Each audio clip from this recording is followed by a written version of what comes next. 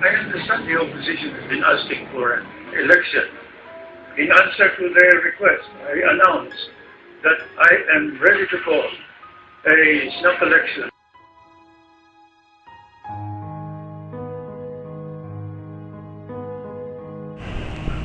The country was facing economic and political problems. There was a clamor for a snap election, which President Marcos heeded as he believed he needed a new mandate from the people to carry out a national economic recovery program. President Marcos was forced to call for a special snap presidential elections.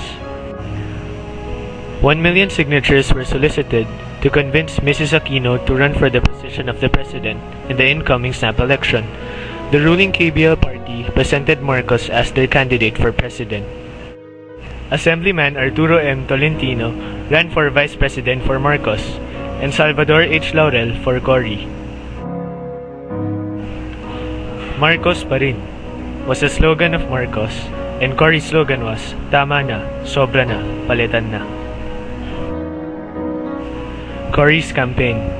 Cory has minimal logistics. She had a great difficulty with the mainstream media since Marcos controlled all the TV and radio stations and the popular dailies. She was not a particularly spectacular political platform speaker, but she had a certain aura that caused the people to gasp in awe of her presence.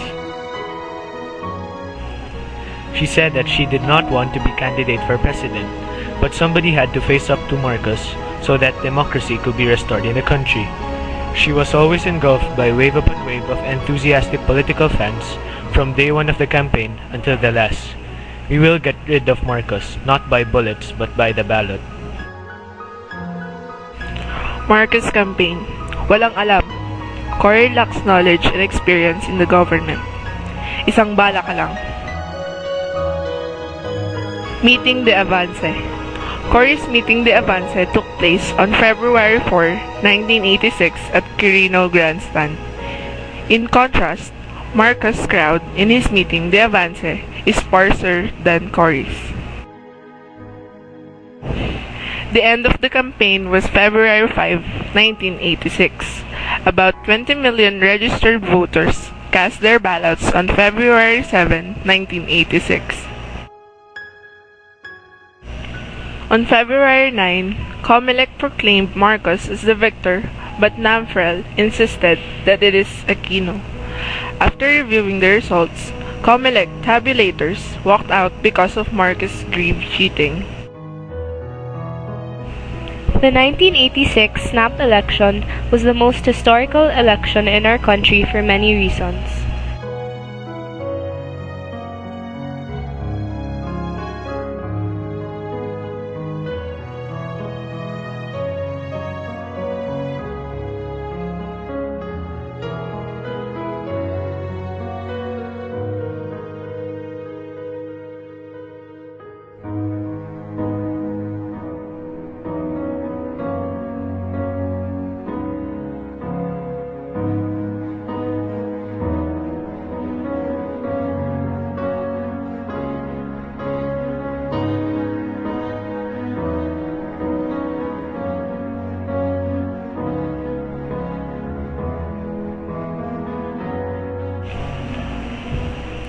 February 22, 1986, Minister of National Defense Juan Ponce Enrile and Deputy Chief of Staff Lieutenant Fidel V. Ramos severed ties with Marcos.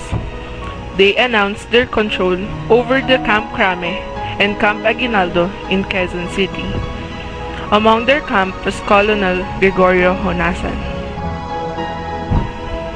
February 24, 1986. An estimate of 1 million people, through the appeal of Cardinal Sin, kept vigil at the barricaded area along EDSA until the morning of February 26, 1986.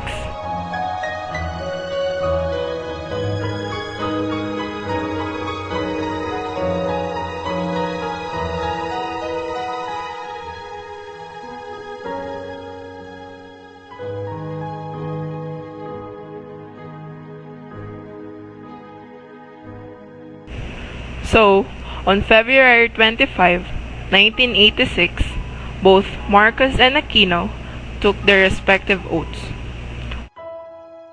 Marcos at the Malacañang Palace in front of a crowd of Kilusang Bagong Lipunan loyalists. And Mrs. Aquino was sworn into office by Senior Supreme Justice Claudia T. Hanke as the 7th President and the first woman President of the Philippines in front of hundreds of yellow-clad supporters at Love Filipino in Green Hills.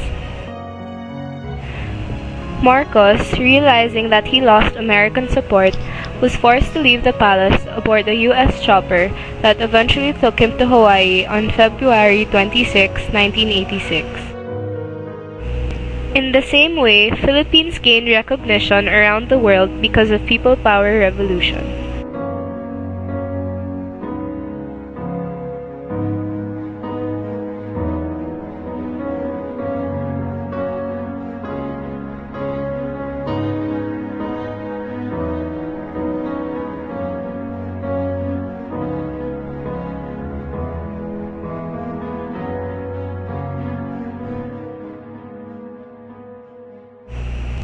Entrenched in power, President Aquino issued Proclamation No. 3 adopting a temporary constitution of the Philippines. Framing of the 1987 Constitution. February 2, 1986, Filipinos ratified the 1986 Constitution in a national plebiscite. February 25, 1986, Aquino established the revolutionary government.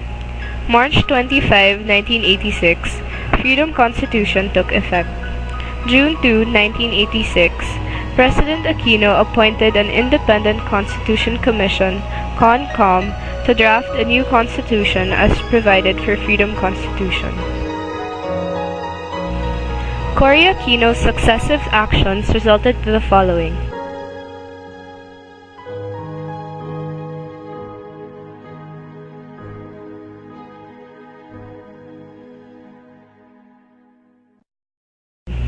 Restoration of peace, democracy, freedom, and justice.